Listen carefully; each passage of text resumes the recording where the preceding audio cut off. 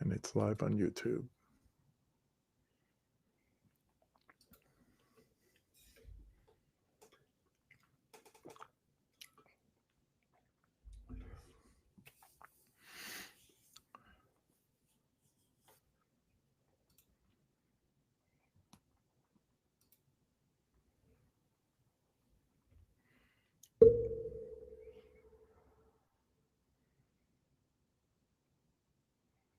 All right. There you go. I just posted it. There you go. Cool.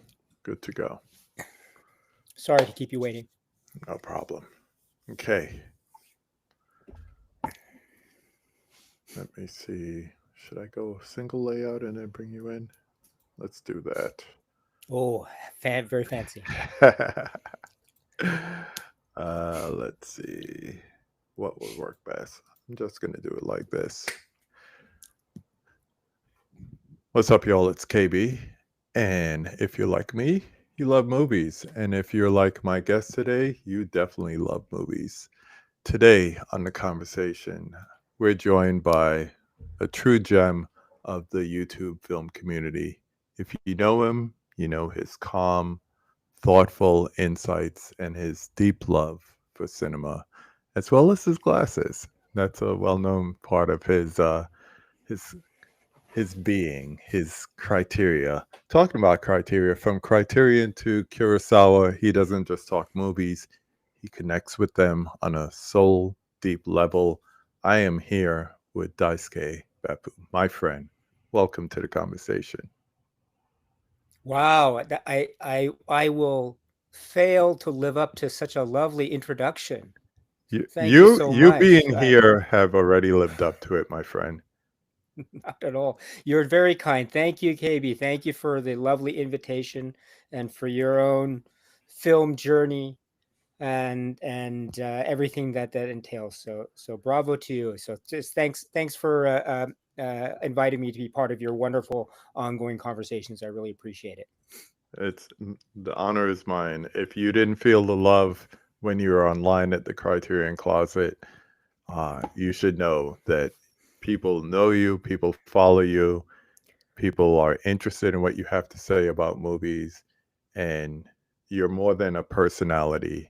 You are an insight into many different types of films, many genres, and I know I've been following you for like 7, almost 8 years now, Wow. and yeah, it's nice when I see other people mention your name, or the few times I've seen you on other people's channels that I follow, and I'm like, this guy's a real deal. And these days we don't get a lot of that. So it was really nice. What was it, 2 Sundays ago, to catch up with you and actually pop in on your Sunday chat, which Yeah. I'm totally stealing that idea, because that is a great way just to have Please like an open conversation. So I'm definitely going to start to do that. I love that go format. for it.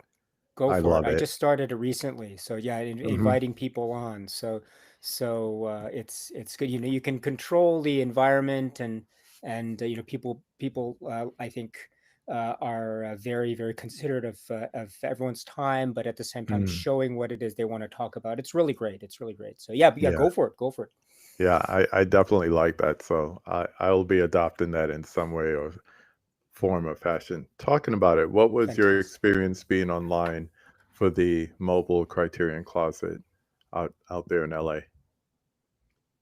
Oh, thanks very much for mentioning that. Yes, so I was very fortunate to have been able to visit the Criterion Collection mobile closet when it visited LA earlier in June, and it stopped by Santa Monica behind a very famous movie theater called the Aero Theater, and it was a lovely group of people. Hmm. And it was a wonderful neighborhood. The Criterion Collection uh, uh, crew, the staff, the family, also the people who the Aero Theater, Cinematech, the staff were they're very kind and well coordinated event. The people of Santa Monica were also very welcoming, and also the people who are in the line. It was a long line. Um, Yeah. I was very happy to see how long it was, and to Mhm. see people waiting and willing to wait for hours. Some people said they're waiting 4, 5, 6, 7, 8. Some people like 9, 10 hours Wow. just to step into the closet for 3 minutes Mm. and find what it is they wanted and purchase the items subsequently. So that was very fun to hear what people wanted to get, what they were thinking about, trying to, if they could choose only a three. So what three titles would they be thinking about? So that started this lovely conversation. And of course, you have titles that emerged quite a lot in conversation. There are some of those titles in the Criterion Collection, Yeah. as we all know, that are very, very popular. Um, Mhm. very rightly so. And then there are those other titles that were mentioned that were maybe kind of interesting choices, and I don't want to say obscure choices, but choices that didn't necessarily come up in other conversations, which was really lovely. So it was a nice mix, and it just was a wonderful way to springboard off into other directions. So, what kinds of films do you like from this filmmaker, or Right. why do you want to get this film, or what is it about that Criterion title that makes you interested in it? So it was all around a wonderful place for film discussions, and there were so many film discussions, and I was so impressed with how I mean, I guess I mean, not that I was expecting anything differently, but I was just so moved by how friendly the vibe was. It was Yeah. such a lovely vibe. It was lovely atmosphere. People were just talking to one another like they knew each other, but they were random strangers in a line, but people struck up conversations with people around them. And it had friendly titles here, and what do you do, that sort of thing. So it was, I think, all around a lovely vibe, a lovely atmosphere. So I enjoyed myself immensely. Yeah, it definitely gave that vibe, and the great thing, like you said, you're happy to see lines like that because we're doing our part to keep physical media alive, and it's nice to see in this day and age where everyone is like physical media is dying, and you see people just waiting for this opportunity, like you said, 3 minutes tops to go into like a small mobile van and not only just pick out movies, but discuss their love for this group of movies put out by this boutique label. That's And right. It was very, very. Maybe I mean, uh, like maybe, yeah, inspirational might seem a bit strong for maybe for people who aren't necessarily into physical media like we are, but yeah, for people who are into physical media like we are, I think it's uh, it's always a kind of it's an environment where like it's hard to necessarily, how should I put it, um, describe just how important these things are in a way that maybe might translate well. And I don't mean that in any kind of negative way, but it's. I remember there was a conversation I had with someone just outside the Criterion closet, mobile closet. They weren't in line, mhm, but I think they were in the neighborhood, and there's nothing. There's nothing. Um, of ill intent or anything mean spirited about the question, but they just said, "What is this?" Because they didn't know what the yeah, Criterion Collection was, and I said, "Oh, yeah, this is the Criterion Collection. Um, this is a label of Blu-rays, DVDs, and 4Ks of titles that are very important and classic cinema." And I think one of them, I think it was a couple, and one of them said, "Oh my goodness, people waste their money on this." That's what she said. And I said, and you kind of, but you can kind of understand kind of yeah, where she was coming from, because nothing against her in the comment. It was just really sincerely like, why would you do that? Right? Because if you mhm, have the option of, say, watching a film, or maybe not necessarily being into cinema as much, then right, what would be, I'm sure I would have a similar attitude about other spheres of, say, interest and collectability and things like that I have no idea about. So maybe I would have a Right. similar kind of mind from. So I can't sit here and complain about what her reaction was. It was an initial reaction. So, but she was very friendly about wanting to know, well, what is the appeal of this?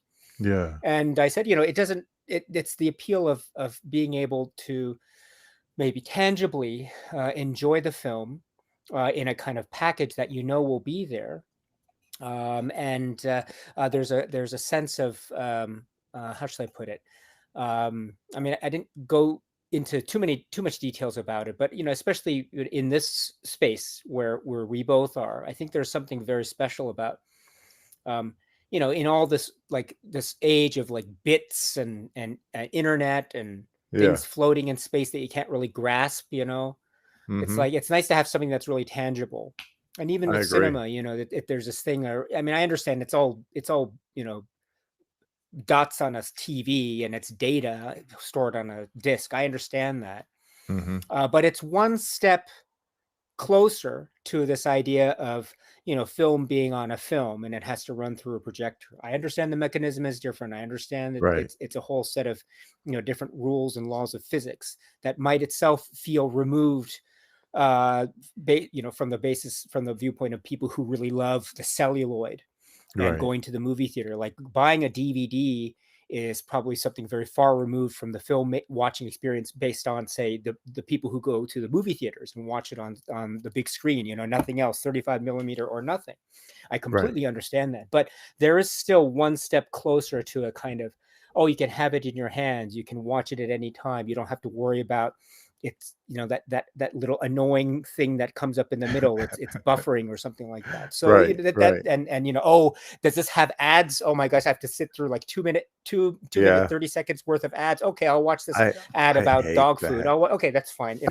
I mean, I I look at it hate sometimes. that. Okay, oh, that's a nice visit. That's a nice, sincerely, okay, it's a nice bit of dog. But I always think, oh, when can I get to the bit where I can fast forward and skip? Oh, not quite. I have to Mhm. wait another minute 50 seconds, something like that. So, but Yeah. my point is that it's removed from that, or one step or a couple steps removed from that. And then Mhm. plus there's just something, I think, it's just, there's a ritual. You can put it in the machine, you can just uh, uh, wait for the little seed to come into the corner, and then enjoy the menu, and then actually Mhm. press the button, and then just sit down and have to um, uh, you go through those ritualistic steps, which I think Yeah. are I very was just about to important. say So that. It's yeah, like a ritual. It really yeah, is. And yeah. So you mentioned the ads, and I just started to cringe because it still bothers me that I pay for a streaming service and I still have to sit through ads that interrupt the middle of a movie or something. And all I want to do, like right now, my daughter, I just went upstairs to check before we started recording, and she's watching the last Hunger Games. And in my eyes, I'm like, I have all 4 Hunger Game movies on 4K that we purchased together that you could just come down here and grab, and but she's watching it on HBO Max, but, hey, leave you to it. Now, exactly. you mentioned the sea in the corner, and it made me think, I'm sure a lot of people you're known for your Criterion collection, but I'm sure there's some people that think you're only into Criterion titles. But like one Mhm. look at your background shows diversity in your collection, especially your other view that you have when you're recording videos. So speak to that. Is it just Criterions or is it more than that? Oh, you mean the physical media stuff that I get? Yeah. Oh yeah, well, I think of the ones that I have here in this room, I think it's a comfortable majority is Criterion Collection titles. So Hmm. I really enjoy Criterion for everything it has to offer. But that's not the only thing. That I'm not exclusively a Criterion Collection shopper. So I do have other titles. Um, I think, yeah, yeah. Generally speaking, it's just for this. Well, yeah, I try to keep up with all the releases that I really want to watch. Sometimes I'm Hmm. able to, other times I'm not, and it has to do with just how much. how much my monthly budget can be stretched in a given month. Yeah. And if if I need to save money for gas, then I have to put it. That means that maybe one or two less Blu-rays for the Right. sake of keeping my gas tank full. But Mhm. that's okay. I mean, I totally understand that. But yeah, the point is that yes, I do have other labels. I don't resign myself exclusively to Criterion titles. But that's also, I think now I'm just at a point where I'm looking at uh, uh, maybe just titles that or releases that strike my fancy.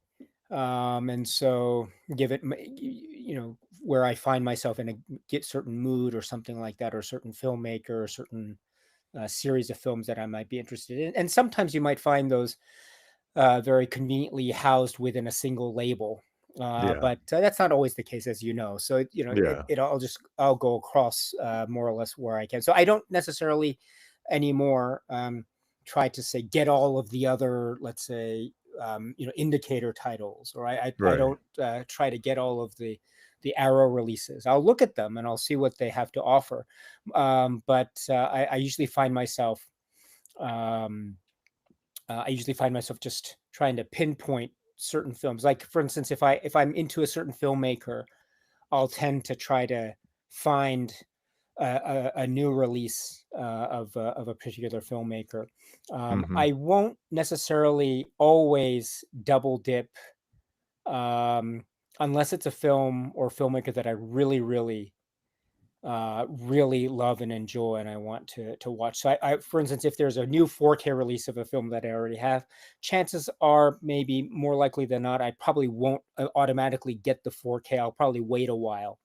And Mhm. then if it's still available, or if it's a limited run and their copy's still available, then I'll try to hop on that. But Yeah. if not, then I'll try to find other alternatives. But that's my general approach right Yeah. now. You mentioned directors. Do you have a certain director who's had like the a big influence on your cinematic taste? Not necessarily a favorite, but kind of the ones that steered you in a certain direction as far as what you look to collect or the type of movies that you generally watch the most. Well, that's a good question. Um, Uh, maybe, maybe to answer those 2 points at the same time. I mean, there's so many filmmakers I could mention, but I think maybe one filmmaker whose films I think really cross the boundaries really nicely in terms of films that really excited me even as a kid growing up watching them for the first time into now adulthood. And then also his films having a lot of releases that are very exciting. Probably, I like horror films, so probably someone like I don't know, like Dario Argento. Mm, I think his films really excited me as a kid, of the ones that I was able to track down, because back in the day, back in the 80s, not all of his films were readily available to watch. They were pretty difficult. Some of them were really difficult to watch. So yeah. some of them were very easy, but others were next to impossible to watch. Not like today, where you can basically watch his entire catalog Mhm. fairly easily.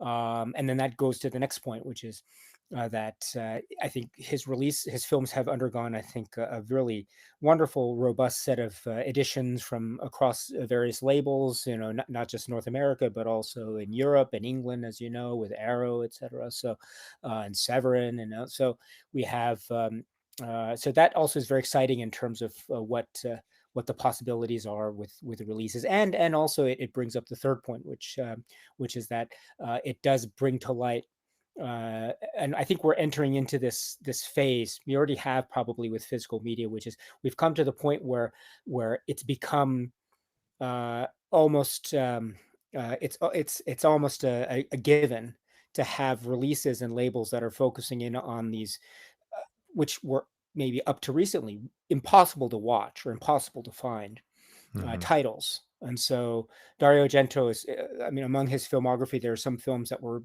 impossible to watch. You couldn't find them anywhere But now you're Yeah. getting these great releases with English subtitles. I don't speak Italian, so I need the rely on subtitling, and then other titles which had maybe um, difficult to watch prints, etc. Now they're getting these great restorations, etc., etc. So Yeah. that's an example of maybe a filmmaker whose films are really benefiting it a lot from what one might call a kind of golden age or silver age of this physical media renaissance. And Yeah. right, because we're getting these titles that were just either obscure or you couldn't watch them, or and then now they're getting into what is this? I thought I knew. I mean, I don't know everything about films. I thought I Right, knew right. my share of films. I'd never heard of this title or that. So it's Mhm. it's getting to that, and that's second nature. You Yeah, can't not do that and in this they're getting healthy. nice treatment too. Like, Exactly. I mean, you it's a mentioned great healthy Argento marketplace. opera, something like that, getting a Yes. nice big treatment to it. Yeah. You're right. Uh, Exactly. That's a great example. I'm thinking back and to my not necessarily your early days on YouTube, but my early days of watching you. And when we were going back 2 Sundays ago, we spoke about probably the video that had the most impact in me remembering who you are. And it became the guy in Tokyo with the Criterion closet in his apartment. Oh yeah. Given the space and opportunity, you're in LA now, given the space and Yeah. opportunity, would you build another Criterion closet like what you had in Tokyo? Oh, that's a good question. I don't know. I mean, I don't know if I'd build one. I think, well, yeah, that kind of came about. I mean, I didn't build it. It was already a closet that was in the Yeah, apartment yeah. anyway. It was just, and it was a kind of walk-in closet. And but the problem was that housing in Tokyo tends to be very cramped for space. Very Mhm, very low in terms of square cubic meters, or something like the area, mhm. compared to, say, maybe living. I'm living in America now, so there's a lot more space. But Tokyo can be very cramped. So having I had IKEA shelves, much like the same model as what I have behind me. I had IKEA shelves, but there came a point where the room that I had the IKEA shelves was just getting more and more cramped. And so I thought, what am I going to do? Well, let me just give this a try. There's a closet there, and I thought, well, if I just remove some of these removable bars, I think I can put three IKEA shelves in there. So let's give it a go. So I put in the three IKEA shelves flat, and then on the side there's a little bit of space in there, but that's okay. And I thought, okay, let's give this a go. So that's it came about kind of to give it a try. And I thought, oh, it'd be cool to have a closet like this, but also out of and the functionality of it, also out of utility, to try to see if it could save space. Yeah. And it did for a while, but I mean, it was really nice to have. So maybe one day, I don't know, it might be interesting to have a closet like that, but I'll be honest, the it was a very cramped space, so it was a little bit difficult to maneuver myself in that space. I remember. So if I could get slightly more like wider space, that might be interesting. But I think it's maybe just having the shelf in just a comfortable like living quarters, or whatever one wants to call it. I think was Mhm. the most important thing. So You definitely have yeah, more room now, I it do. looks I do. like. Yes. I do. I'm very grateful for that. Yes. I wanna, bring up something that I've heard you say before. You've Mhm. mentioned the idea of rewatching as revelation. Can you explain what you mean to people by that concept, rewatching as revelation? Oh yeah. I guess what would be an example? It would be like I um there's a there's a filmmaker named Alfred Hitchcock, who He's over made a my lot of shoulder right now. yeah. Oh great, yes, yes. So I he oh, well done. Oh, always well right done. there. Yes, yes. Well done. So yes, Alfred Hitchcock. So so you will know, of course, the film which was released in 1940 called Rebecca, Yes. and starring Joan Fontaine and Laurence Olivier and Julia Anderson, and Daphne du Maurier novel upon which it's based. It's a very famous Selznick produced film. Hmm. Academy Award winning Rebecca from 1940. Early Yeah. on in that film, maybe in the opening, I want to say 5 minutes or so, when we first are introduced to these characters portrayed by the great Joan Fontaine and the great Laurence Olivier. Joan Fontaine is at a table in a hotel at breakfast, describing a little bit about herself. Because Laurence Olivier's character says, "Oh, and tell me a little bit about yourself," and about her. She talks about her father, and the scene is about she describing her father, and her father is an artist, a painter, and he liked to make these pictures, these drawings. Um, and did he paint a lot? And she replies, no, no, he painted only this one tree, but he just painted it over and over and over again. So the same tree he painted over and over and over again. And she then explains, well, my father had a theory, which is that if you really love something, you should stick to it. And that's what I always think about, or not always, but that's one of the things that comes to my mind quite often when I think about watching a film many times over. It's like that Mm. tree that Joan Fontaine speaks of. If you love something, you can stick with it. You can paint it over and over and over again. I think the concept is very similar, which is uh, there is, of course, watching something again refreshes the memory, and also Hmm. watching something again and again might enable one to catch a detail or two or three or more that one didn't catch the first time.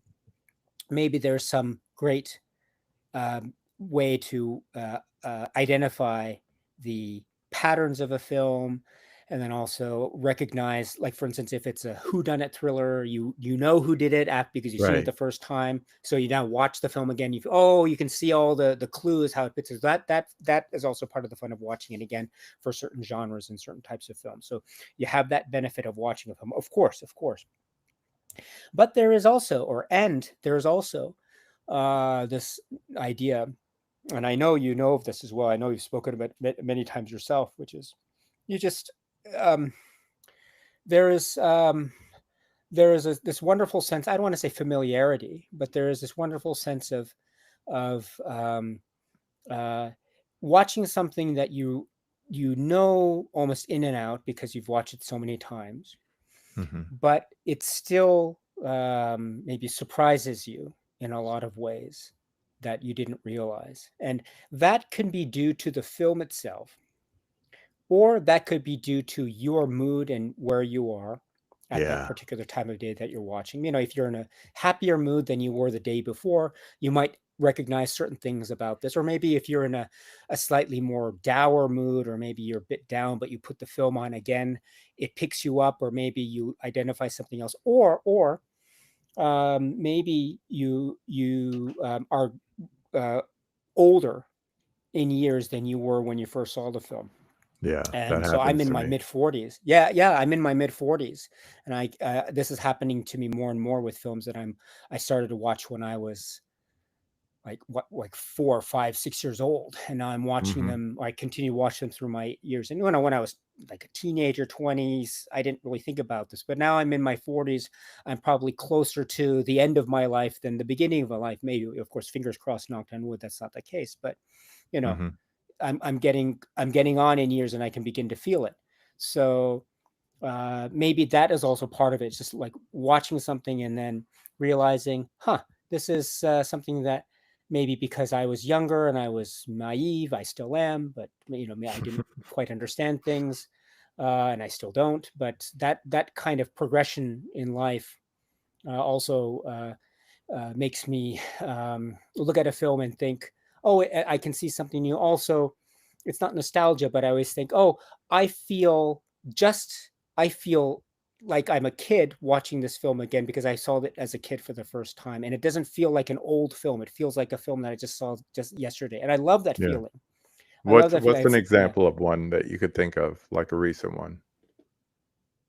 You mean a recent watch or something? Yeah, that made you feel Oh, yeah. that childlike experience again. Oh, sure. Let's see. Star Trek 3: The Search for Spock. So Mm. Star Trek 3: The Search for Spock was one of the first films that I remember seeing in the movie theater. Whatever it was, 1984 or something, I want to say. And my mom took me, and I remember we were a little bit late getting into the movie theater, so it already started. Mhm. The prologue of the film, very memorable. And I saw the film, and I saw the film as a kid, and I thought, oh my goodness, this is so awesome. The special effects are amazing. I love this film. It's great. And now I watch the film. I've seen it so many times I've lost count. And I can see now, okay, I can see the models, I can see the special effects, I can kind of imagine, oh, okay, it's I can understand these are special effects, but I Right. still love the film. But at the same, so that's probably the older side of me talking.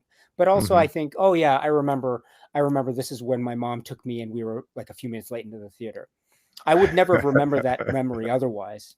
And then, oh, I'm looking at this and I think, oh, I can't believe like I was a kid, I had, oh, this is so much fun, and oh, this is great. And Mhm. now I'm looking at, oh my gosh, they're talking about sex here, that kind of thing. Like I didn't know these sort of things like this. It So went over your yeah, head.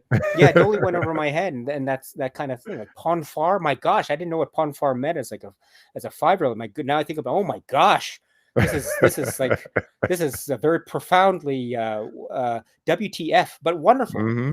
Yeah. So that's an example of a film where I can feel the divide in years, but also I can feel like I was a kid only yesterday, and I love that feeling. Yeah. You did it again. I watch your videos, and sometimes there are, like, meditations on either a topic or a film, especially if you're talking about, like, a certain review of something. Do you, like do you make preparations to discuss a film deeply the way you do, or is that just your passion for movies that we're seeing coming out? Well, you're very kind to say that. That's very kind of you. I call I it like I see it, man. you KB, you're yeah, that's very lovely for you to say. I don't uh yeah, so yeah, okay. I guess I don't prepare so much. I always try Mhm. to find a hook, Right. when I watch a film, or when I try to think, what am I going to say, how can I talk about this? I always Mhm. try to find a hook, and what I mean by that is uh you know I don't know. I'm not like an encyclopedia or anything, and I don't know everything about I don't know I don't know a lot about anything, let alone everything. So uh, I'm looking at this very much as first timer as well, and I'm very much outside of this world. I'm not a filmmaker. I'm not part of the production history of the film, so I don't have that Right. insider knowledge. I can only watch it and respond to it as someone in my room watching it on my TV or maybe in the theater, and I think, okay, what can I say about it that that like what is it that would make me want to, like, what is that hook in the film? Right. So um and then trying to explain that hook, and what that hook is how it hooks me in, Mm. and then just trying to explain it in words that I can, like, what is it about the film that hooks me in? Why does it hook me in?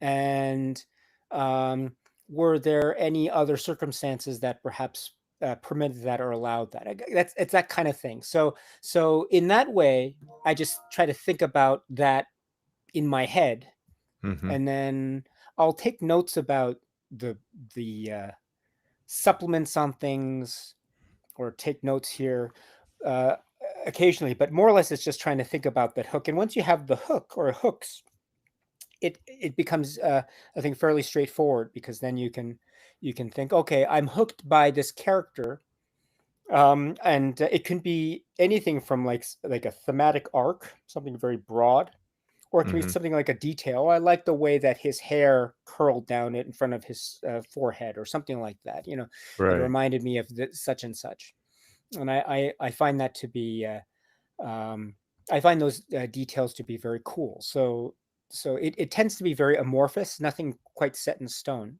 And that's Mhm. because I think each film is quite different and brings its own Yeah. unique points to the table. Yeah. Have you ever considered like teaching film or writing a book? Because I mean, the passion definitely shines through. Even in your answers, the passion shines through. And I think just the way you approach the things that you have to say about films and genres and subgenres even could be taught to others. Have you ever thought Totally. about that as far as your cinematic philosophy? Oh, you're very kind. My goodness, KB, what is this? Is Dude, this this is is 7 years in the making. Yeah, so you're I don't know what to say. Like, so I don't know. I've never thought about. I mean, teaching. No, I have no idea about teaching. Mhm. Like, you know, like I'm one of those people who like gets in front of a room crowd full of people and just says hi, and like I get back home and I think, oh, I had a good day, and I'm just getting ready to just unwinding, and I realize, oh my gosh, my fly was down. That I'm that kind of thing. So like, oh my god, I was talking to this whole that happened. Like I remember I went to a wedding for a friend of mine in Japan. And I was like so excited. And then I didn't like. I bought these new pants. They were new pants. I Mhm. forgot to take the label, the price tag Mm. label off of the backside pocket. So I was just having a good time dancing, and all the while I had the price tag sticking out from my behind.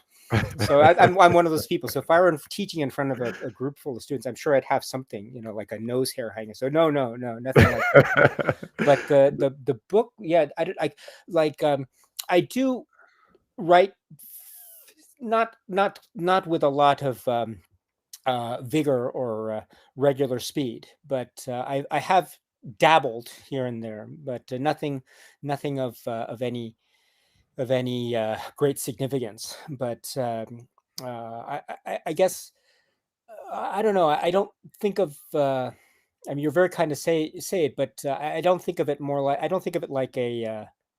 Um, how should I put it?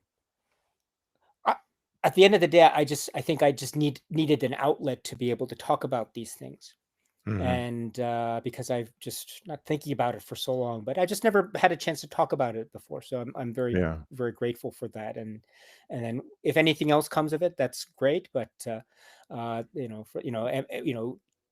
uh, I kind of look at YouTube as this opportunity to unwind more than anything else. So Yeah. so I think a I think lot it's of a us great are like opportunity. that. I Yeah, know it's I great. started my channel because I wanted to just talk movies with other movie lovers, and I know my family and my friends who are not into movies just got tired of me always talking about that, and they couldn't identify with, you know, a Yeah. Criterion versus a studio DVD or something like that. So, everyone that I know that has a YouTube channel is usually something around that reason for starting it. They wanted to share their collection, or they wanted to find other appreciators of it, or whatever it is. Yeah. Yeah. Totally So, understand. Yeah. I put out the question. I'm going to change our little layout here. So I put out the question for if people had questions for you, and one person couldn't make it, but I think he was at a concert or something, but he just wanted to send in his questions. So with that, Look, Daisuke, my man, quick question for you. Because you could have one movie get in the Criterion Collection, what would it be? And if you had to take one movie out of the Criterion Collection, what would that be? Thanks, man. Wow, I love the echo. It's like the voice from the heavens. Oh wow, wow, yeah, that's so cool, Jeff. Cool, very cool. So the what a nice guy. one movie to Um, put in the Criterion Collection. can I hear your answer too? Sure, I'll Okay, I'll okay. So respond so afterwards. Okay. So let's start with the one that you want to have in the collection that's not Yeah. in at the moment. Okay, let's Yeah. see. So so many and many that I talked about many years ago have gradually crept into the collection. Thank goodness, and so Mm-hmm. wonderfully so. But I think one that I would so love to see. It can be Criterion. I mean, at this point, I think any other label would be, oh, it'd be so great if it were Criterion. Ken Russell's The Devils. Ooh, good choice. Okay, so that's my choice because Good I think choice. that's one where it's just, oh, I think it's due for something super huge. Mm-hmm. If they can get whoever decides these things at the end of Yeah. the day, whoever can sign off on the licensing, Yeah. getting That's what I'm everything, thinking. yeah, getting all and getting sort of the definitive Mm-hmm. versions, I don't know, of Yeah. whatever. I had a couple creep in. Like most recently, I would say No Country for Old Men is one that I wanted for a long time. And I was glad it got a Criterion release. So the only one I could immediately think of, and I don't care if it's Criterion, if it's Arrow, it needs a 4K and it needs some good treatment, is Nightcrawler starring Jake Gyllenhaal. Oh I yeah, yeah, want yeah, yeah, that. I want yeah. that in some boutique label format. I think that is overdue for excellent release. Yeah. So I that's really so there's this the I why do I have this in front of me? The Nova release, right? So I this was one, about to right? say, Yeah, yeah, yeah, oh, yeah, yeah. beautiful Yeah. set. Yeah. So Beautiful. why did that was that's did we plan this? No, that's No, really no, cool. we Okay. didn't, but great Yeah. timing, great timing. Okay. And what So about one that's there that you would take out? take out. Let's see. Um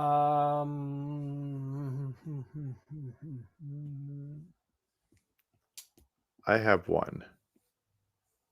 why don't you say yours and I'll listen to it and it'll give me extra time to think as well. It's probably the one Criterion that I have in my collection that I was a little disappointed with, and that was Swing Time. I Okay. don't know if Okay. it was the transfer or I just felt like it would have been good enough being a studio release. And I think there were other things that they could have went after as far as a release. And I would like to see like an American in Paris before I see Swing Time or something like that. Interesting. But yeah, if I had to take out something to get Nightcrawler in, I would take out Swing Time and put that in. There are a lot of bare Oh, bones ones that I just love being in there. Arsenic and Old Lace. I don't care if it doesn't have too many features. I love that release. But hmm. I would take out Swing Time. Interesting. Interesting. Uh, I think this is very difficult for me. I know. Leave it to Jeff. Yeah, that's no, it's a great question. Um, let's see. Pro hmm, yeah. Um, hmm. I know. And you have a lot Yeah. to go through as far as choices. Yeah. It's sorry about this. I've kind of caught it's a great question. I mean, gosh, Let I me don't put it a know. different way then. Has there Sure. ever been a release that you were disappointed or wish you got more out of? Well, I don't know about disappointed, but I think like these labels, you can get a title in Criterion, but then another label releases the same films that is just Yeah, undeniably just a stellar release. we Criterion's had release that. was good, but so I think the one Yeah. that comes to mind is the Bruce Lee set.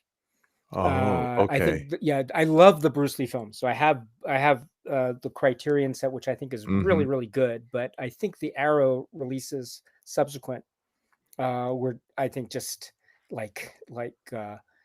in many ways kind of game changers. Yeah.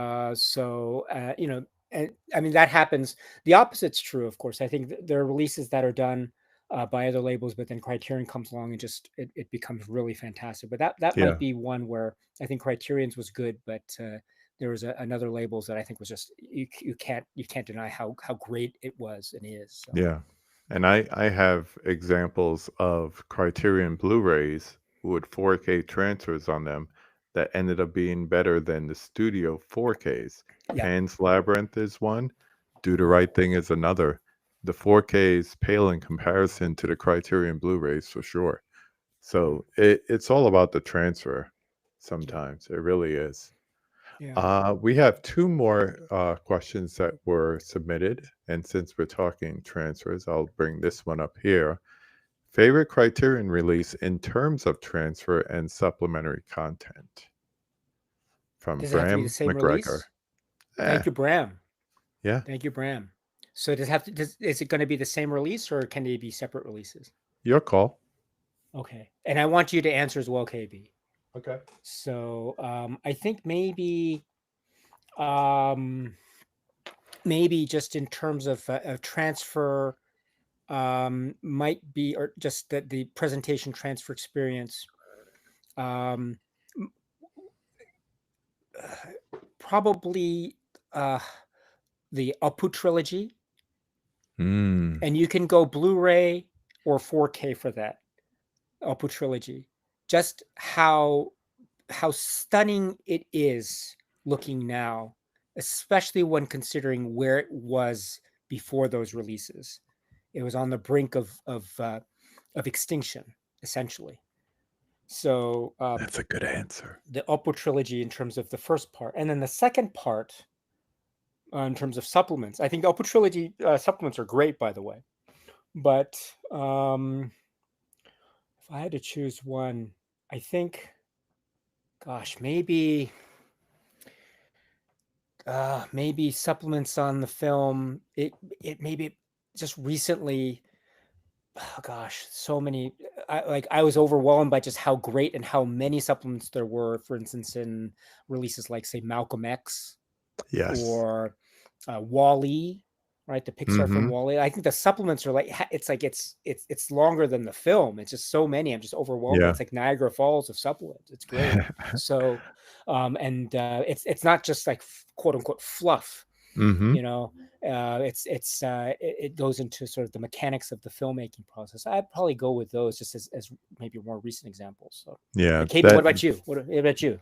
That one had all the supplements that was on the Disney releases, and then it added to it for Wall-E. So I would Good for definitely you. say that. I was looking at the collection here that I have and looking for examples. Most recently, I was really impressed with the transfer on the Roaring 20s, the 4K of Oh yeah, that. yeah, yeah. And uh, I know anytime you have difficulty getting like a single original camera negative, it's always appreciative of the job that they do to put things together. Um, Going back a little bit, I know Foreign Correspondent was like that too, finding original camera negatives. As far as packaging, that's a little bit harder for me. Um, Or the packaging and or supplements. Supplements, yeah. Um, I'm a sucker for that Before trilogy, and that's a packaging thing more than supplements. But I would concur with you on the Wall-E because it's more than what Disney had on theirs. It was everything Disney had. So if you had the old Disney release, you could get rid of it and it still had more stuff on there. And that's just working with Brad Bird from Pixar because he wanted to have his Criterion release. But yeah, I would say those. What is that? Pinocchio. Guillermo, he puts so much stuff Yeah. out with his movies, and I had an Oscar screener that was like a storybook, and it also came with the Funko Pop of Oh, cool. Pinocchio from the movie before it was available. So it was more than just the Criterion supplements; it was all the other supplemental stuff as well. So that was a big thing, especially the storybook. That was beautiful. Fantastic. We have another question. This one is from Danny Smith from Toronto. He Oh, asks your Danny. favorite Beatles movie. Wow, Danny. Oh, and KB, I also want your answer as well. So Uh-huh. many. Gosh, so many to choose. I guess, I mean, are these favorite Beatles movies? I guess now there's so many, they're coming, recent releases and Hmm. back, plus things that are coming in the future, I think. But so I don't know if you could count it as a movie, but I love the anthology, the Beatles anthology. Yeah. And that's where they did the whole thing, and they released Free as a Bird and then Real Love a Hmm. little bit later, um, which I love that. And there's all the things about, from their point of view, from their perspective, and then about how Frank Sinatra thought that the song "Something" was written by Paul McCartney instead of George Harrison. And that was according to Paul McCartney. He's describing that story as he's driving his boat. By the way, Yeah. Danny, do you remember that? Danny, I don't know if you're watching, but do you or the scene about where Ringo Starr goes to India, to because that was when the Beatles were with the Maharishi Hmm. Yogi, and that part of their lives. And so Ringo goes to India, but he says he didn't like to go without packing a suitcase filled of Heinz baked beans because Wow. he really loved baked beans. So Yeah. because he Part yeah of so breakfast. yeah, exactly. So I like that. But maybe the one that I watch.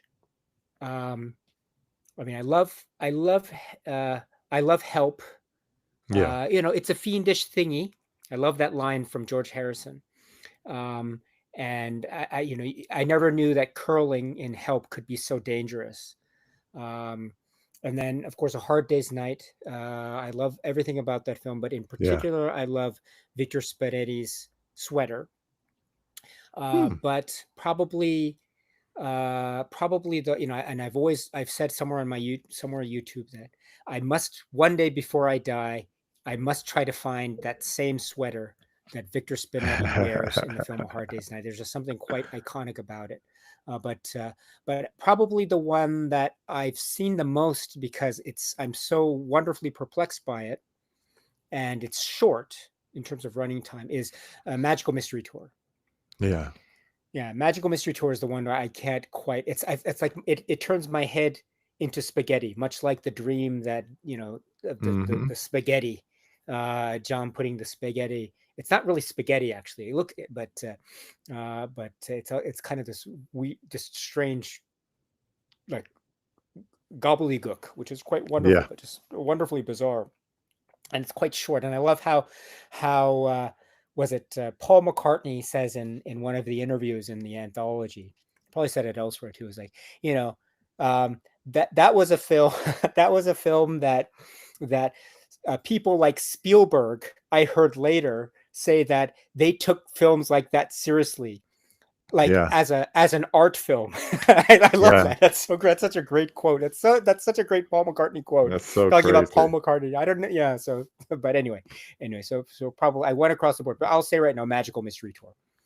For me, it How about was you, a KB? hard day night for the longest time until they did this long, crazy, can't watch it too many times documentary series on Get Back.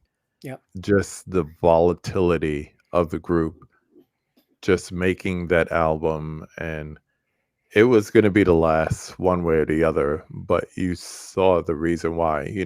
For years, if you were just outside Beatles fans getting the records, listening to it on the radio, you didn't understand why they broke up, and you could blame Yoko and all this stuff, but you saw how much of a time bomb they were as a group by the time they got to that.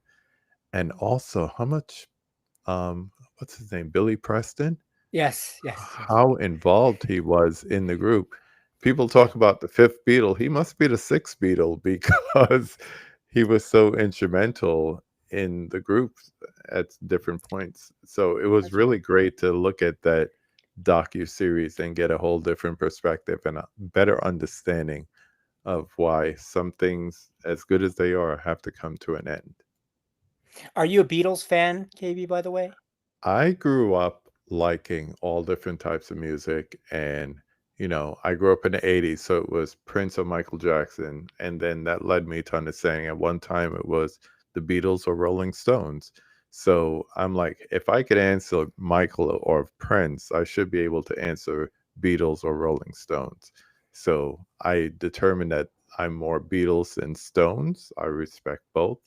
And in the 80s, I'm more Prince than Michael, even though Michael is still king of pop, whatever. So, If that's the case, what is your favorite track from Batman? ooh, scandalous. Oh, I like that. Scandalous. Oh, Scandalous for sure. very nice. Very nice. That dance is fine and Party Man and all that, but I like the slow grooves. Give me scandalous. That's great. That's a really good choice. Yeah, that's a great choice. I would have gone with Party Man, but I now see that my choice pales, yes, in comparison. And just for It was well done. reference, before we lose all the movie fans, I loved That's it great. so much. There was a CD single. It was a 20-minute CD single with Prince playing mostly instrumentals over the scandalous song, and Vicky Vale having a meeting with Prince. So you had Kim Basinger on the record for the extended, That's so they cool. call it the extended sex suite of Scandalous. That's how much I like that song. That's so cool.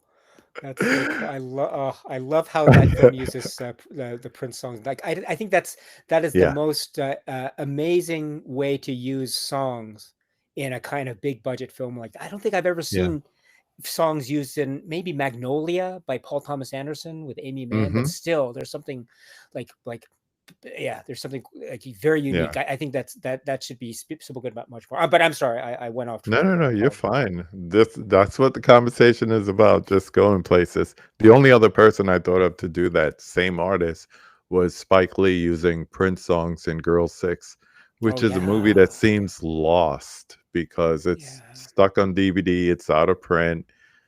I've been lobbying for Criterion since they have a rapport with Spike. Can we Oh get a yeah. bunch of early Spike Lee films in a box set? All the ones that are stuck on DVD, and just put them all together from She's Gotta Have It to Get on the Bus. Get He's Got Game in there because we need a good copy of that. And definitely Girl Six. We need these movies. I love Spike Oh, Lee, that's so great. Yo, yeah. that's a great choice. I love that period in his. Hmm. That was yeah, that was around that was right like the nine. That was such a great period. I mean, they're all great Yeah. in All his, the but indie that yeah. movies that were Yeah, yeah, blowing yeah. up at the time, I love Yeah, that. yeah. Yeah, so that was around the time, like you mentioned, he got game, and also there was Clockers, which was, Mhm. and then Girl Six, and then Summer Sam, I think came. Oh my God, Yeah. that was Yeah. what a period Yeah. of films that all the way Yeah. back from She's Got to Have It. You're absolutely right. Oh yeah, Yeah. I got one more question for you before we get into the 5 takes. go for it. So, let's say there's someone who's just beginning to explore classic cinema or getting into the Criterion Collection. What film, just one, what film would you recommend as their entry point, and what's the reason why you choose that film? What Seven film would you Samurai. recommend? Seven Okay. Samurai. Yeah. I like Uh, that answer. that seems to be one of the most emblematic of the Criterion titles. So it's like, and that too has a really great set of supplements, and it looks really Mhm. good for what it is on Criterion. I mean, there are many other there are many labels that have released it. We can get into the discussion about, or should you get The BFI or yeah, whatever. exactly. Which and I think for some maybe that might be the answer. But the Criterion release is quite excellent, Yeah. notwithstanding other releases which are also really great. But it is a classic title from a filmmaker um, that is just you can't deny just how famous the filmmaker is, Kurosawa, Yeah. and it's among arguably one of his greatest films ever made. And I think it's a great entry point. It's a film that I remember watching in a theater in college when I was an undergrad university student, and it was it was a college crowd in a theater, and we saw it. We had the great opportunity to watch it on this lovely print. Mm. And you could tell that I'd seen it so many times before, but it's the first time watching it in the movie theater. But you could also tell based on the reaction from the crowd that it was a lot of people were watching it for the first time. And you could also tell from the crowd, not everyone was like a cinephile or, Right, it was right. just, but it was like a Friday night, Saturday night, and it was like packed. So it was really cool. So you had these people, it was like like quote unquote, it was like a movie theater experience. It was great. And Mhm. people were just laughing and reacting to the film and gasping and, oh my God. And then when things happen, because the film, things really happen. People, like, there's a moment where like a big thing happens dramatically and people in the audience are like, oh my God. And it just, everyone fell silent. And so that I thought was one of the great movie theater experiences I had from college watching Seven Samurai. And I bring that up because I think that's a great anecdote to suggest that it's a film that potentially, I think, almost anyone can get into. You can Yeah. be a cinephile and love it. You can be a casual, quote unquote, casual movie goer and love it. You don't have to Mhm. know the Criterion Collection to really get into it. I think, Right. but it's also a gateway. So if you are really into it and it's a Criterion title, it's your entry point into, oh, what other titles can there be in the Criterion Collection if I enjoyed Seven Samurai so much? So among Yeah. many other accolades I can shower upon it, it's famous for so many other reasons. But yeah, Seven Samurai. I'll throw in one more. Do you remember your first title from the Criterion Collection that you got? Oh yeah, I get asked this a lot. I don't remember. Yeah. Um, it's I mean, I was there when they were doing the VHS tapes, and Wow. then when they had the they started the DVDs, I don't know, in the 90s or so. So you Mhm. could see all these titles on the shelves. You can, oh, there's RoboCop. There's The Killer. There's Hard Boiled. Oh, I can get I'm holding like 5 copies of Hard Boiled. I just And like I want it look at the course, again. $39.95. Oh yeah, I don't need to buy these. I'll just Yeah, get. yeah, yeah. I don't Put it care. back on the Yeah, shelf. yeah, sealed. I don't care. Yeah, I'll get some. So, but yeah, so I don't remember what my first one was, but I do remember, watching Criterion's. I didn't get a lot because I was a student then, and I didn't have so much money to spend on these things, and it wasn't like collecting things, but Mhm. I had my share. I have Yeah. to say, I still have mine, and it's still the cheapest I've ever paid for a Criterion. I worked at this place that had like a buy-sell trade forum, and Hmm. someone had the movie The Royal Tenenbaums. And I was like, Ooh. oh, I heard about that movie. I want to see it. And I went to their desk and I gave them my $5 and they gave me this film. And I'm looking at the box and same thing, like you said, the menu comes up and I'm like, this is a different looking menu. And then I started looking at the supplements and everything. I was like, wow, this is a lot more than usual. Yeah. And that's when I first saw the Criterion Collection. And then after that, I think Chasing Amy came out only on Criterion Collection, and that was the next one. And then I heard the Beastie Boys music videos was coming out, and it was also that same label. And those are my first three. Oh, those are great. Oh, Yeah, those are great. Royal Tenenbaums. Yes, yes. I was just watching. Yes, the other day. So you're that DVD one, and Blu-ray. that one on the The right. DVD. This one. Yeah, Ah, the great. Yes, and Beastie Boys. Yes, yeah. and then also Chasing Amy. Hmm. I love that film, Chasing Amy. Yeah, I wish I could bring back some of those DVD titles, get the licenses for them again. Yeah. That would be great. Okay, sir, are you ready for the five takes? Yes, I accidentally sent you my answers in advance, but I That's think okay. I didn't I've even look changed at my them. mind. I didn't Okay. even look at it, so it's Okay. okay. The Okay. five takes, the five questions we ask at the end of every conversation to our guests. We start like we always do with number one. Name the film that made you fall in love with the movies. Okay. Um. Oh gosh, I had my answer before, but I think. Oh my gosh. Um. That's really difficult. Fall in love. movies. Maybe the film that can I answer with two films? So I'm so sorry. Sure. The film that really made me fall in love with like film as something like a journey, like something that like is something new I didn't realize before, was probably either Kurosawa's Yojimbo Hmm. or a film called in English Pickpocket by Robert Bresson. Yeah. Approximately around the same, you know these films, I know, so around the same Hmm. time. So those are two films that like I watched when I was 10, 11, 12, something like that, that really excited me to watch a lot of more films to where I am right now.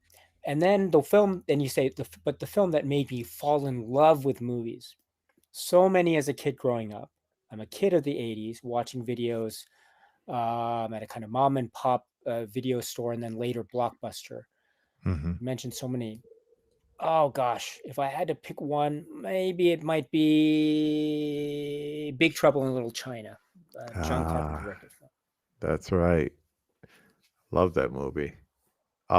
Since everyone says I ask these questions but I don't give my answers, I'm wearing my answer to number one. Oh, I was gonna say, oh gosh, Goodfellas. That's great. That's when it Both. happened for me. Yes. That's Oh, when it happened for me. And I have a lot of movie T-shirts. This is the only movie I have multiple movie T-shirts for. I have this. I have one that says Martin Scorsese production from the opening titles, and oh then yeah. I have a picture um of his mother's painting with the two dogs. Yeah. Yeah. I And like the it. One funny looks more like thing, yeah. Go ahead. yeah. And the funny thing is, I wear it out. Like I wore it to go see a double feature with Ryan from The Disconnected a few weeks ago, and I love when people know the reference, and they're like, "I love your shirt. That's from Goodfellas, right?" And I'm like, "Yeah." And then they start doing the impression, like you just Yeah. said.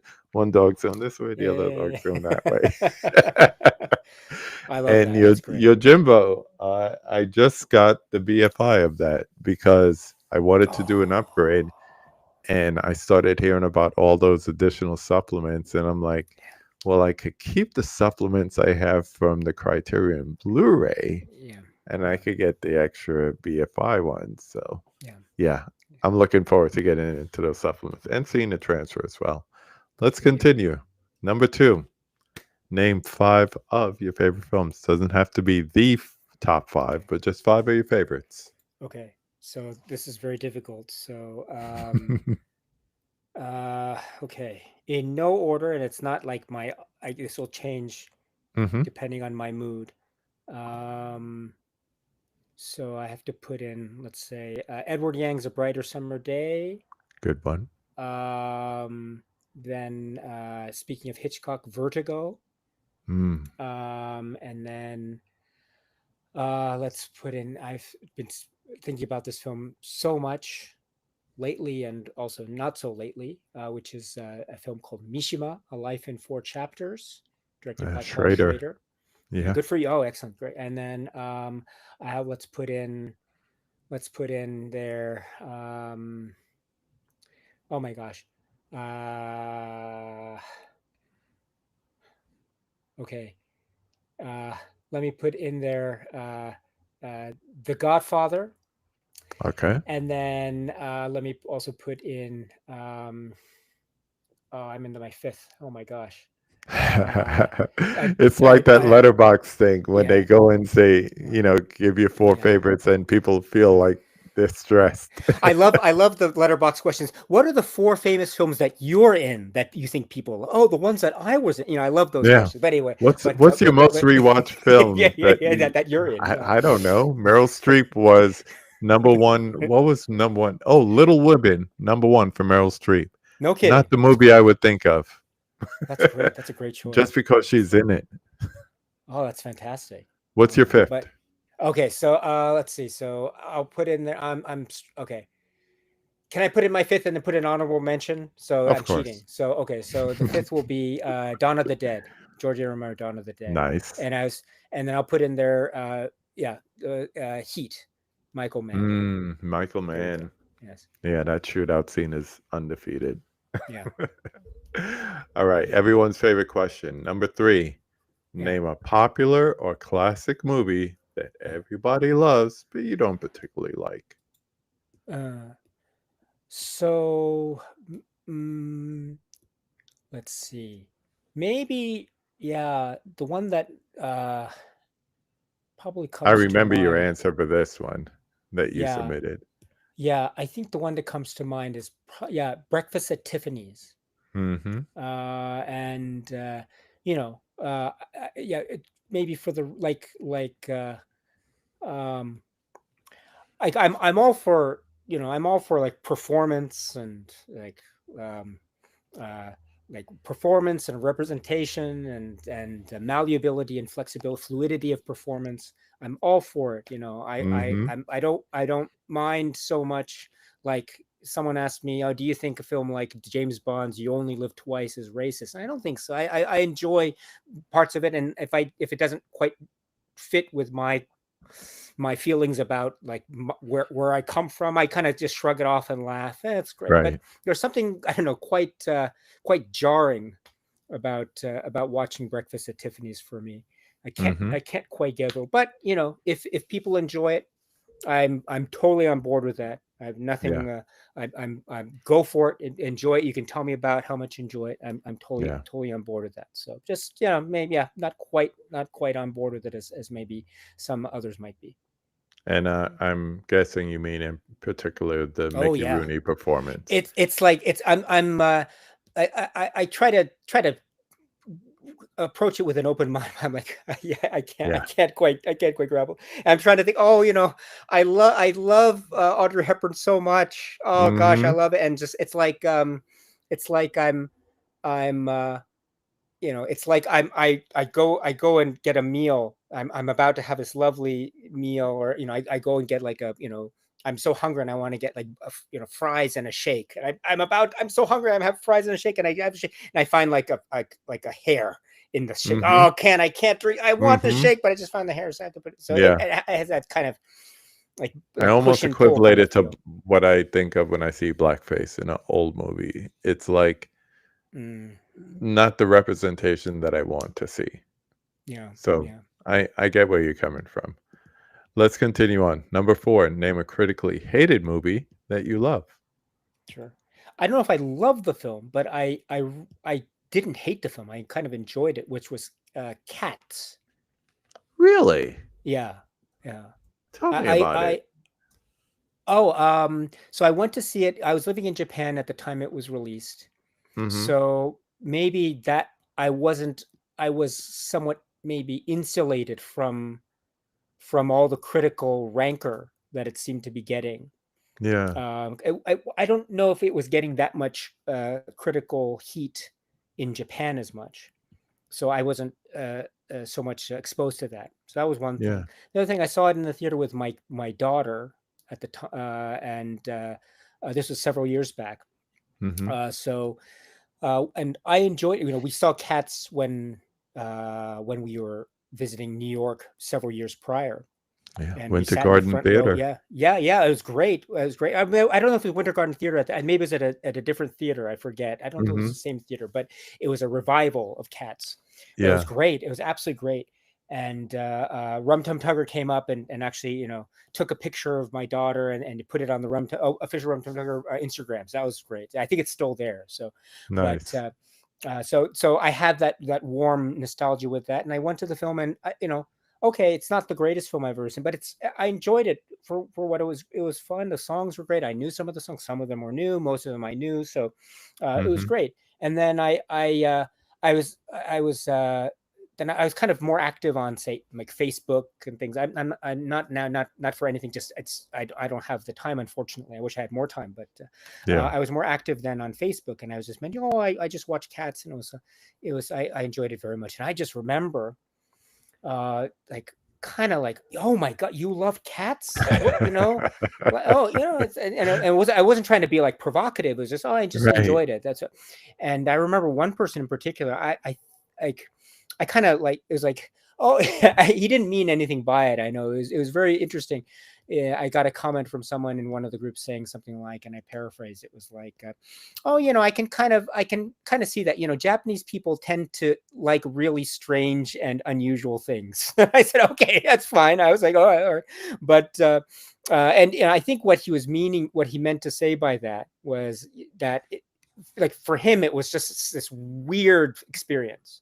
Yeah. And it was like maybe like, oh, maybe Japan is the world of anime and this hyper realized art and flashy colors and that sort of. So maybe it was that kind of aesthetic Hmm. that that maybe I was used to or something like that. I kind of gently push back. I don't quite look at it that way. I kind of look Right. at it more Right. like it was just I like cats. I like the music. It didn't stray too far from what I thought the musical was, which I really love. I mean, Right. if and I thought if people don't like the film, how do they feel about the The musical? And I'm sure musical. maybe, yeah, I'm sure maybe that maybe people who didn't like the musical maybe don't like the film. And if that's true, that's fine. But I'm sure there are people who love the musical and hate the film. But I'm sure there Hmm. are people who love the musical and thought the film was pretty good. And I'm in that camp. Yeah, and I think anytime there's outrage or backlash, that overshadows the people who actually like it because then it's almost like saying, well, I don't want to say anything about it that I like it because everybody else seems to hate it.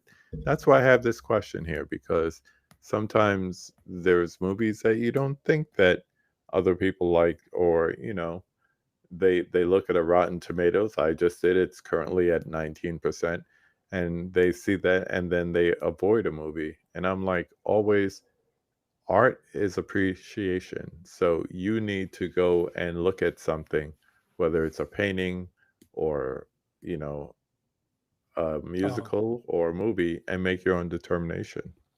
that's interesting. I'm sorry to ask this, but No, please do. um, you mentioned Rotten Tomatoes. Do you put much reliance on Rotten Tomatoes?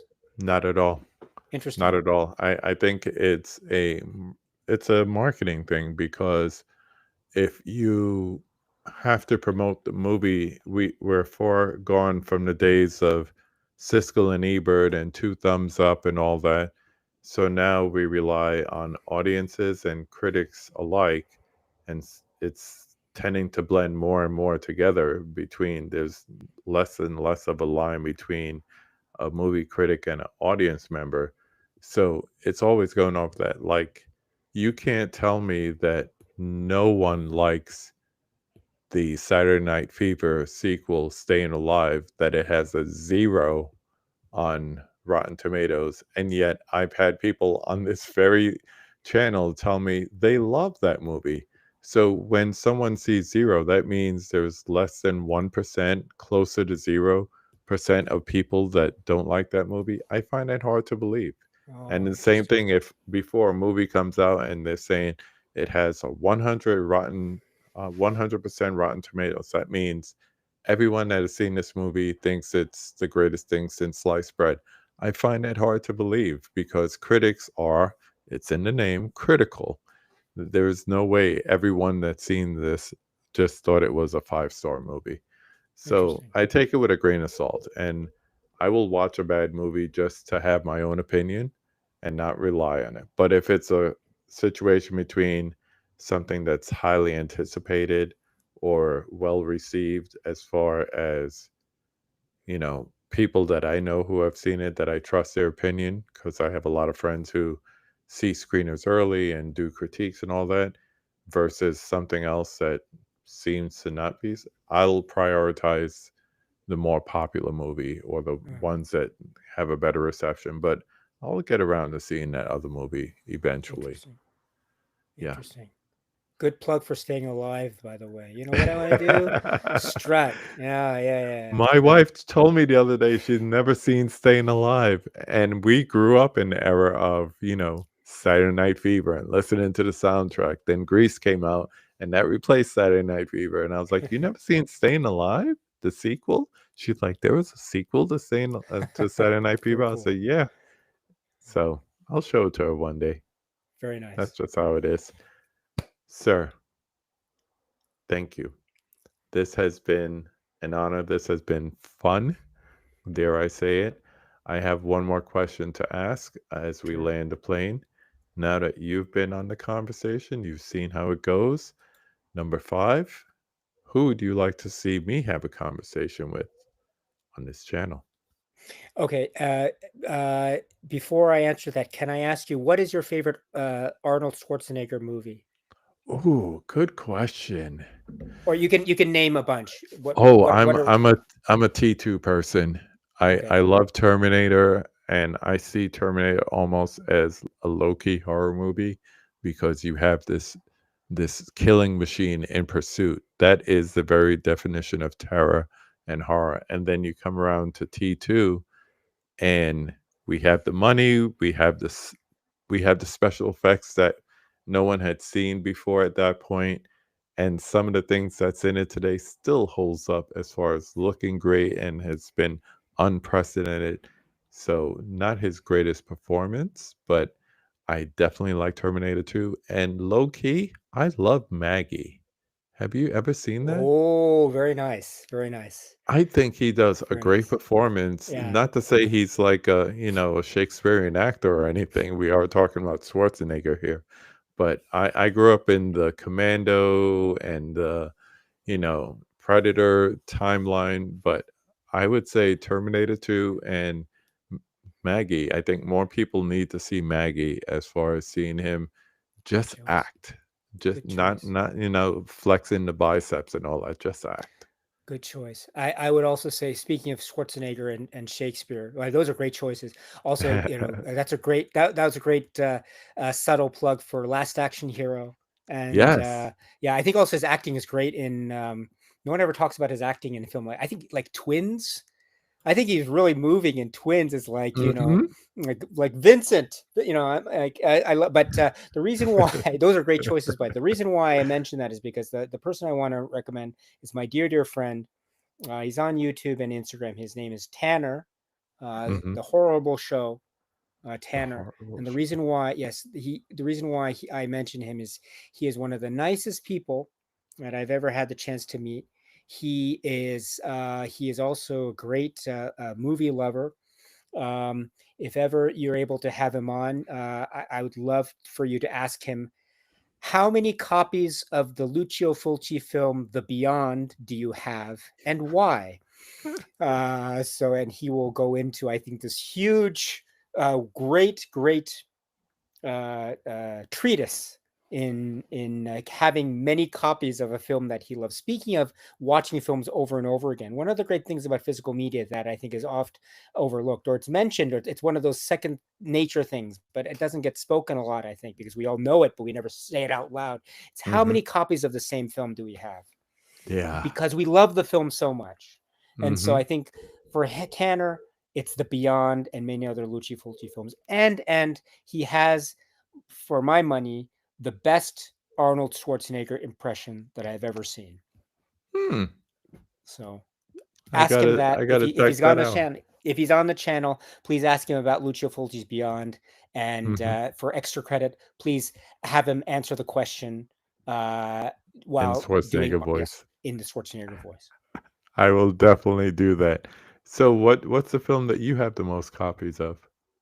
I will try to answer if you answer that as well. All right. So let's see. Oh my gosh. Oh my gosh. Are you thinking about your answer as well? Oh, I know my Um, answer already. And I still wanna get one more copy of it. That's how bad it is. okay. Oh my gosh. What is it? What is it? Ah, this is so tough. I'm looking around. It could be, I haven't given an account, but based on like a number of copies, including laser discs, and I have a number of copies on laser discs, and that's a whole nother story. It could be the film. It could be Citizen Kane.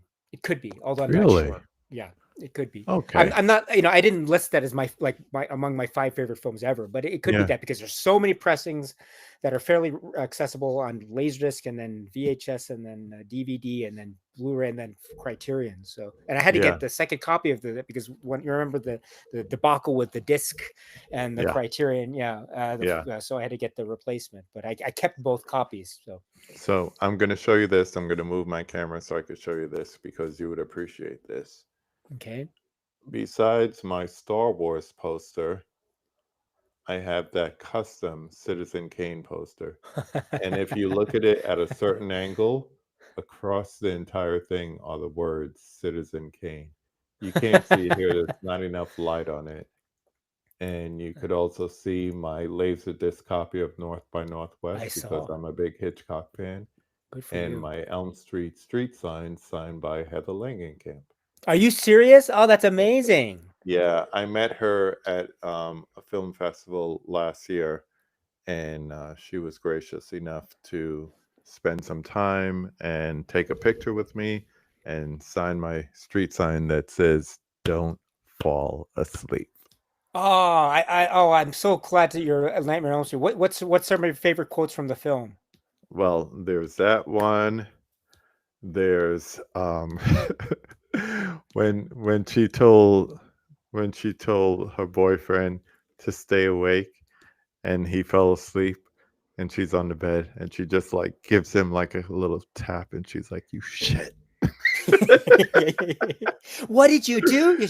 You fell. Yeah, Nancy. Yeah, Nancy. Yeah, yeah, yeah, yeah. yeah. And Oh, then that's great. the mother when she's trying to get out and she's like, "Locked, locked, locked. They're Oh, all yeah, locked." yeah, yeah. Oh, that's Oh, great. I love Freddy Krueger movies. I'm a Fred head, so I love all the movies, all the quotes, everything. And So the what is it? Warm milk. yeah, Gross. Oh yes, yeah, I love Nightmare on Elm Street. I love it. I love it. I can't. mother. Yeah. Oh, that's great. That's so great. Nightmare on Elm Street Part Two, I think, is going to get some attention pretty soon. Yeah, I think. they're gonna Yeah. get Yeah. that. The 4K is gonna Yeah. come out, and Yeah. I have Yeah. a new appreciation for it since the Scream Queen documentary.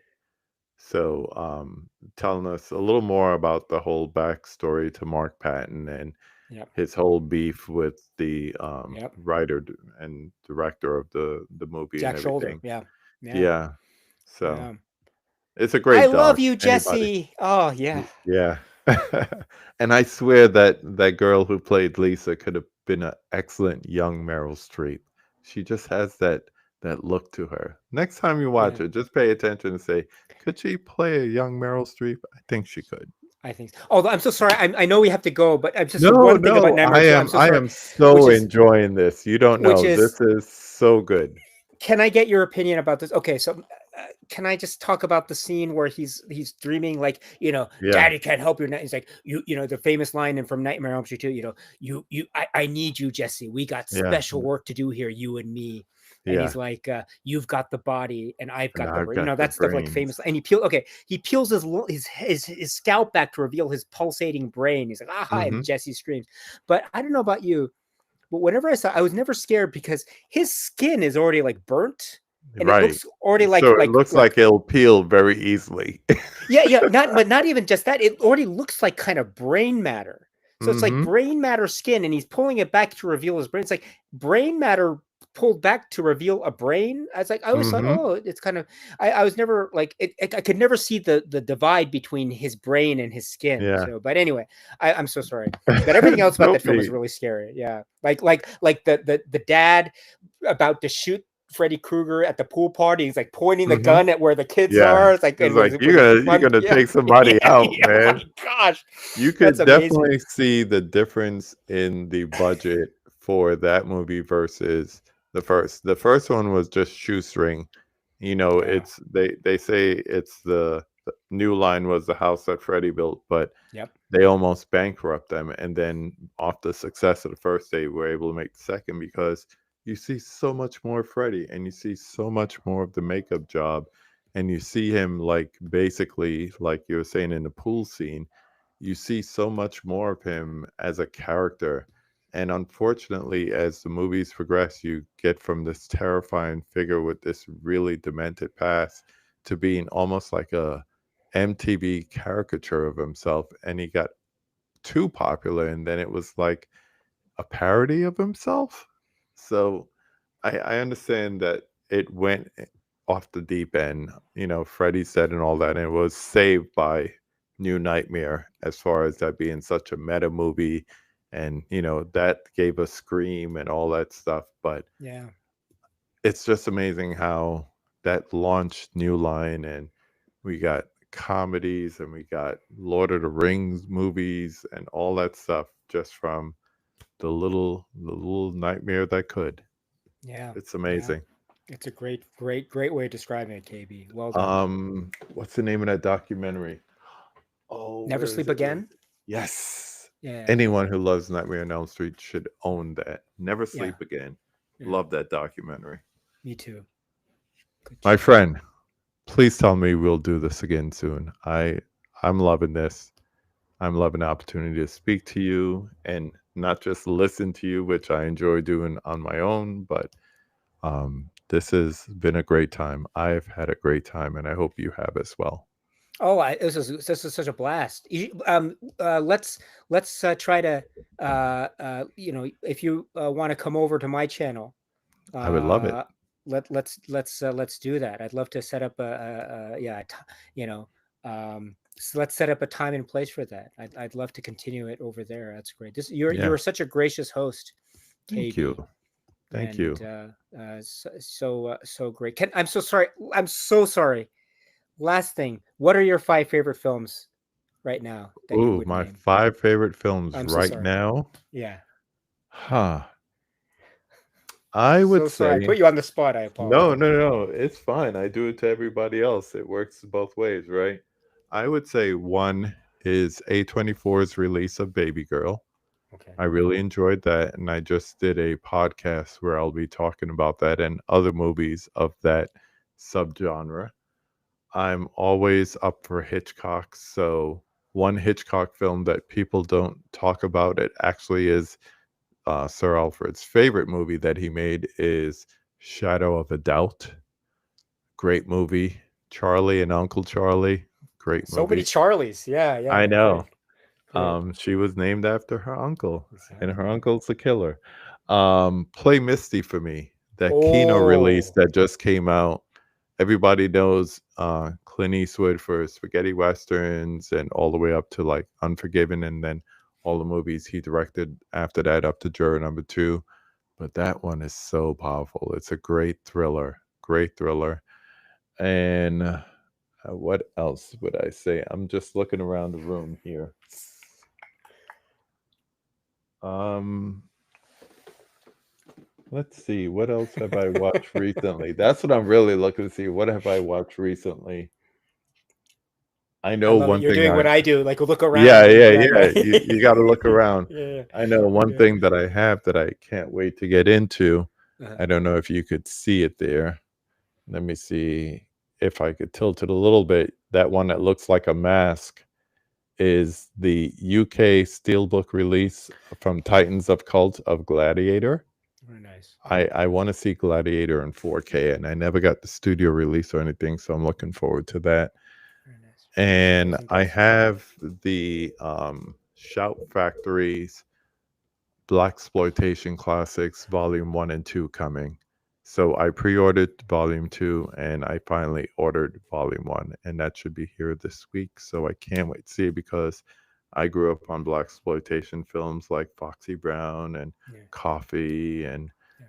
Hell Up in Harlem, and they're all going to be in one box set of 4Ks. I can't wait.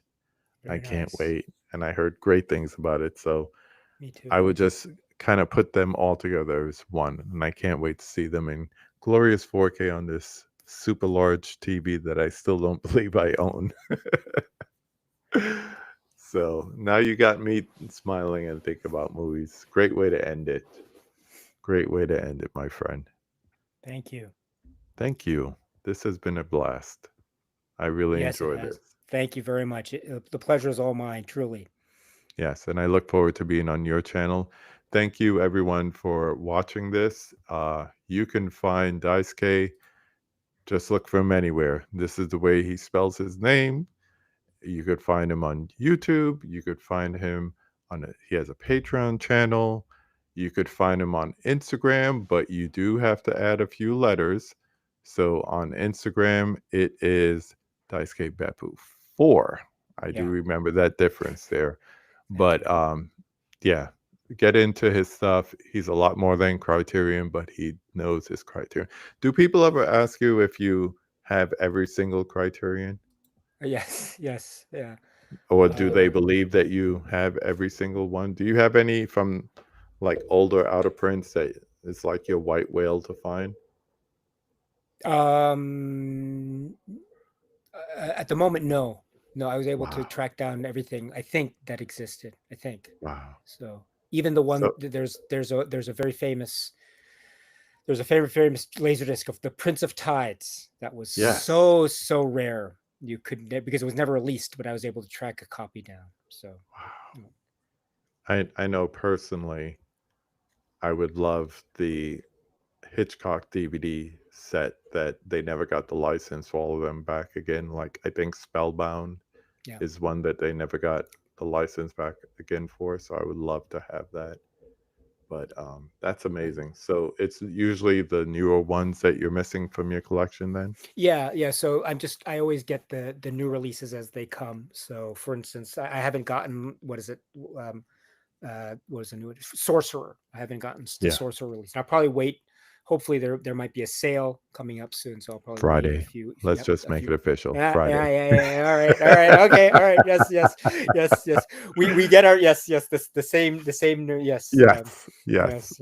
Yes. So Where you looking come from? forward to Yes. that. Yes. The birds sing Oh, a pretty song. yes. Okay, my friend. Have a pleasant evening. Thank you again for doing this. I love Thank you, talking my to friend. you. Let's continue this definitely. Yes. Thank you very And much, everyone KB. else, go watch a movie.